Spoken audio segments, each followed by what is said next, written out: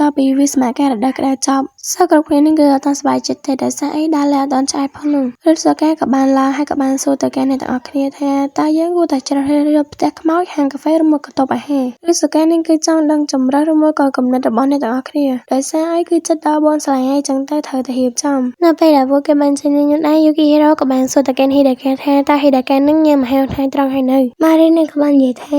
ាដោយសារតែនាងគឺត្រូវត្រួតពិនិត្យអីមួយអញ្ចឹងតែគឺសុំខ្លួនតើសិនអីយូគីហេរ៉ូក៏យល់ហើយក៏បានលឿនអ្នកទាំងពីរហ្នឹងទៅម៉ារីជាមួយនឹងហេដាកានេះគឺពួកគេទាំងពីរនេះបានដើរទៅកាន់បណ្ណាល័យពេលដែលម៉ារីយកសភៅនោះដែរគឺដោយសារតែម៉ារីហិងខ្ទាបអញ្ចឹងទៅលោកក៏ដោះតែហេដាកានឹងគាត់ក៏ជួយយកឲ្យទៅម៉ារីនឹងគឺពិតជាសប្បាយចិត្តមែនទែនហើយនាងក៏បានគិតដែរថាពេលដែលយើងមានកម្ពស់ខ្ពស់ទៅវាគឺពិតជាល្អខ្លាំងមែនទែនបន្ទាប់ពីពួកគេបាននាំគ្នាមកញ៉ាំអីនៅលើត្បូងស្លែហើយយូគីហេរ៉ូក៏បាននិយាយថាបើពួកយើងញ៉ាំនៅលើនេះវាហាក់ដូចជាត្រជាក់ពេកហើយដោយសារតែនៅលើត្បូងស្លែគ្នាយើងហើយក៏គិតដែរថាមានកន្លែងណាមួយផ្សេងទៀតដែលល្អអត់ហេដាកាដែលខ្សាត់តែឃើញម៉ារីហើយស្ងាត់ពេលក៏បានសួរថាតើម៉ារីអត់អីណែយូគីហេរ៉ូក៏បានសួរបន្ថែមទៀតដែរថាវាមកពីអាកាសធាតុត្រជាក់ពេកមែនម៉ារីក៏បាននិយាយថាអត់អីទេនាងគឺមិនមានបញ្ហាអីទេតែដែលម៉ារីកំពុងតែដើរជាមួយនឹងហេដាកានឹងដែរក៏មានវត្តមានរបស់អាចារ្យសារ៉ានឹងមកសារ៉ាក៏បាននិយាយថាអរគុណសម្រាប់ទឹកចិត្តល្អរបស់ម៉ារីហើយនាងមានអារម្មណ៍ថាហិងភ័យមិនទេប្រហែលជាបណ្ដាលមកពីនាងនឹងនឹកម៉ារីពេក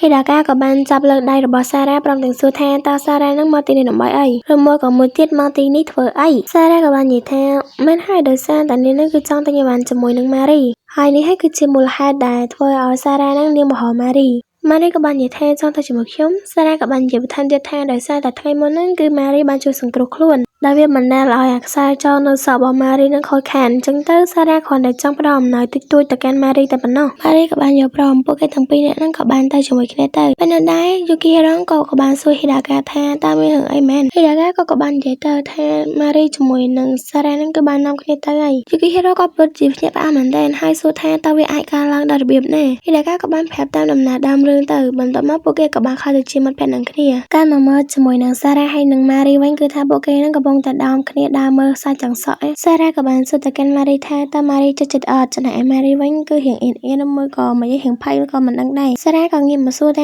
ាតើម៉ារីមានអីកើតឡើងមែនមានអីខុសចំពោះនាងអត់គេរំតាម៉ារីនាងចង់ជ្រើសរើសអីដែលថាហេដាកាគាត់អាចនឹងរៀងចូលចិត្តដែរហើយមកទិញឲ្យខ្លួនឯងឬក៏មកទិញឲ្យហេដាកាហ្នឹងសារ៉ាក៏បាននិយាយថាម៉ារីឯងមិនបាច់ចាំរកអីដែលហេដាកាចង់បានទេគេរំតាម៉ារីនាងគ្រាន់តែចង់រើសអីមួយដែលឲ្យហេដាកាមើលឃើញនាងដូចជាក្មេងស្រីធម្មតាទូទៅឬមួយក៏របៀបមិនទេមានអត់ដឹងដែរកន្លែងហ្នឹងដែរម៉ារីជាមួយនឹងសារ៉ានាំគ្នានិយាយច្រើនមែនតែហ្មងប៉ុន្តែស្ទើរពីរឿងស្នេហាអត់មានសុំផ្លោះចោលហើយដោយសារអីវាអត់សូវសំខាន់មែនផងម៉ារីក៏បានអរគុណសារ៉ាសម្រាប់ការដែលនាងនឹងស្ដាប់រឿងរបស់ខ្លួនដែលនិយាយហ្នឹងជូគីហេរ៉ូក៏មានអារម្មណ៍ថាចម្លែកដោយសារតែឃើញសក់របស់ម៉ារីហ្នឹងថ្ងៃហ្នឹងចង់ខុសពីធម្មតាម៉ារីនាងក៏បាននិយាយទៅដោយសារតែនាងគ្រាន់តែចង់ផ្លាស់ប្ដូរអីដែលបន្តិចបន្តួចតែប៉ុណ្ណោះហើយឃើញមករៀងស្អាតចឹងទៅជូគីហេរ៉ូក៏ពិតជាទៅសារមែនតើដោយសារតែគាត់ឃើញស្រីៗគឺតែងតែធ្វើអញ្ចឹងយកតែម្ដងរបៀបថាធ្វើមិនក៏ដោយឲ្យខ្លួនឯងរៀងស្អាតជាងមុនឬមួយក៏កែច្នៃខ្លួនឯងតិចតួចពេលនោះដែរសិស្សច្បងយ៉ាណាជីនឹងក៏បានមករកយូគីហេរ៉ូសិស្សច្បងយ៉ាណាជីក៏បាននិយាយថាមកដល់ពេលដែលត្រូវអនុវត្តហើយយូគីហេរ៉ូក៏បានប្រាប់ឲ្យថាក្រៅពីការលេងបាល់បោះហ្នឹងគឺគាត់អត់ចាប់អារម្មណ៍អីទៀតទេប៉ុន្តែសិស្សច្បងយ៉ាណាជីហ្នឹងក៏បានទៅសារគាត់ហើយក៏បានអោគាត់យកទៅបន្ទាប់មកគឺនៅម៉ារីជាមួយនឹងហេដាកាពួកគេក៏បាននាំគ្នានិយាយគ្នាយ៉ាងច្រើនដែរប៉ុន្តែមិនសុំសង្ខេបយកហើយនៅពេលនោះដែរក៏មានសិស្សមួយក្រុមហ្នឹងគាត់បានដើរមកលើដំបូលសាលានៅពេលដែ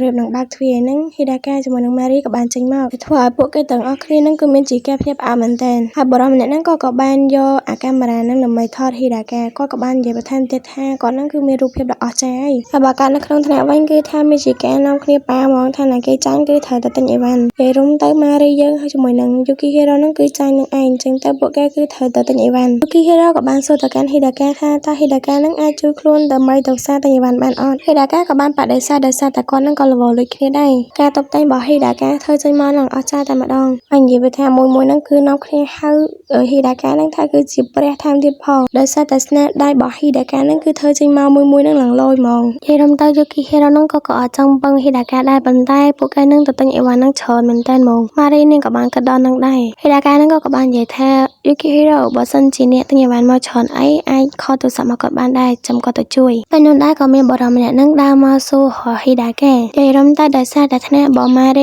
ីគឺត្រូវធ្វើហាងកាហ្វេអញ្ចឹងទៅទិញ អវ៉ាន់ហេច្រើនដែរហ្នឹងក្រោយនឹងដែរគេមកតែអវ៉ាន់មានអត់ចង់និយាយច្រើនទេយកគីហេរ៉ូជាមួយនឹងម៉ារីហ្នឹងក៏បានយកអវ៉ាន់មកវិញហើយសកាក៏បាននិយាយថាសូមស្វាគមន៍ដល់ត្រឡប់មកវិញហើយមានលុយហ្នឹងគ្រប់គ្រាន់អត់យកគីហេរ៉ូក៏បានប្រាប់ថាលុយហ្នឹងគឺវាគ្រប់តែម្ដងហើយនិយាយថាដូចជាបាត់ហេដាកាឬសកាក៏បាននិយាយថាគឺមានបរិះមកពីថាផ្សេងទៀតហ្នឹងបាននាំហេដាកាទៅណែមិនដឹងទេដល់គាត់និយាយអំពីការសម្ភារមិនទេនិយាយទៅបែរហ្នឹងគឺគាត់បានមកសួរហេដាកាអំពីជីវិតរស់នៅរបស់គាត់ហើយទាំងការសិក្សារបស់គាត់ទៀតថាតើគាត់យល់មិននៅពេលដែលគាត់មករស់នៅជាមួយនឹងមនុស្សនិយាយរំទៅគាត់គ្រាន់តែចង់ដឹងថាតើអារម្មណ៍របស់គាត់ដែលរស់នៅអញ្ចឹងវាមានអ្វីអញ្ចឹងឯងហើយពេលហ្នឹងដែរម៉ារីក៏បានមកស្កាក់កុំឲ្យហេដាកានឹងឆ្លើយតទៅទៀតអីចឹងទៅនិយាយរំទៅមានជាការបែរហ្នឹងហើយដេញចាប់ហេដាកាយកតែម្ដងដោយសារតែអីខ្លួននឹងចង់ស្រែអត្ថបទអីមួយចឹងណាប៉ុន្តែគ្មានតែនាំគ្នាហត់ពេញហ្នឹងទៅបន្តមកម៉ារីជាមួយនឹងហេដាកានឹងក៏បានរកកន្លែងដែលកើពីអាបែកនឹងរួចខ្លួនទៅមកតពេលនេះដែរទោះបីចេញទៅក្រៅក៏ដោយក៏អាបែកនឹងនៅតែតាមរកពួកគេឃើញដែរមិនសួរអាបែកនឹងនៅក្នុងថ្នាក់រៀនចាំពួកគេនឹងក៏ថាបានដែរថ្ងៃវាទី9ចាប់ប៉ុណ្្នឹងឯងគ្នាយើងដោយសារតែ